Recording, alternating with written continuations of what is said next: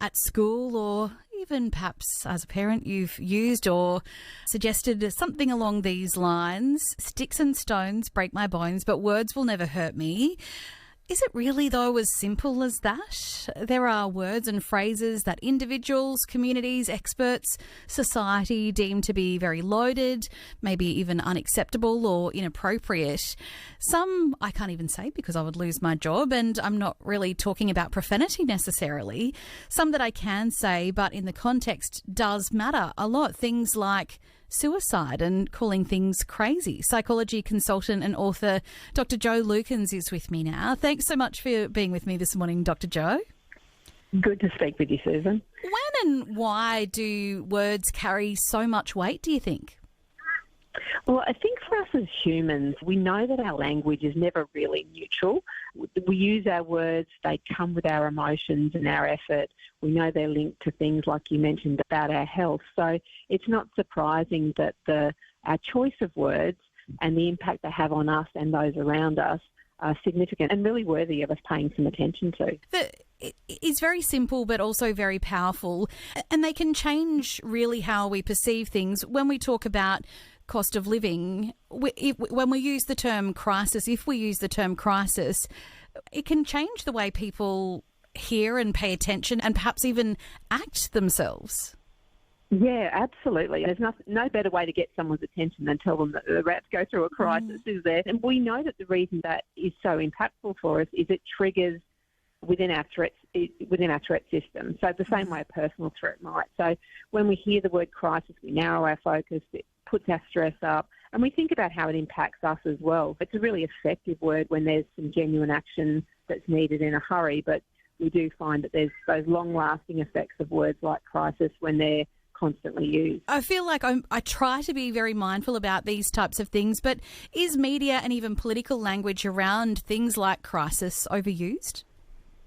I think it has become that of late, but there's been many challenges in the world, and there's always challenges in the world, but we do hear lots of the narrative is around the word crisis, and whether that's anything from our petrol prices to our grocery bills to the houses that we live in. And so you either run into the risk of, we hear it so often that if everything's a crisis, it almost loses its meaning and its urgency. But at the same time, it can leave people, depending on their circumstances, in that really constant state of feeling heightened stress and awareness, and that affects everything for us, from our sleep to our health to our decision-making. You're hearing from Dr. Jo Lukens, a psychology consultant and also an author. One of the things from a media perspective that we receive particular training around mental health, but also things like domestic violence. One of the terms we in the media are asked not to use, those terms, is commit suicide, because it can change the way that people hear and interpret these things, which is what we're talking about. Why do you think that in particular can be so impactful?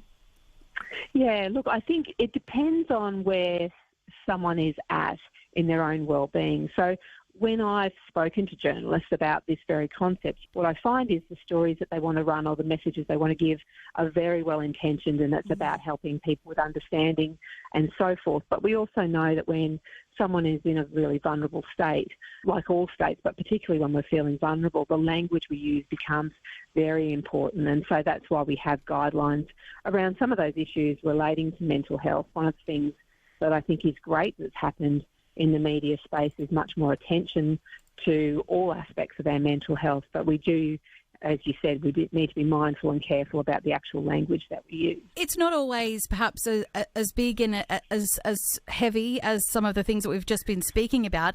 Even in a workplace example, there can be different people who might call things challenging. Some people call it difficult. Talk us through how even in those sorts of settings it can have a big impact as well.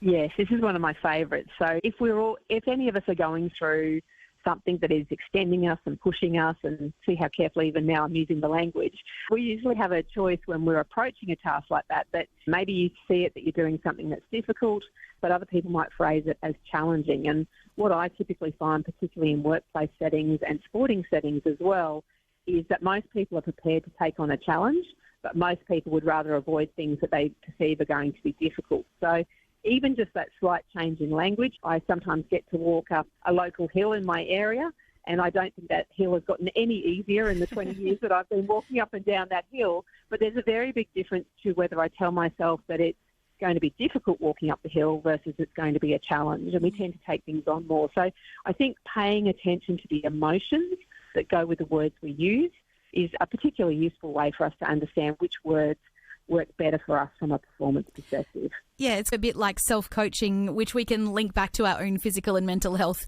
and use the power for good, perhaps. Yes, absolutely.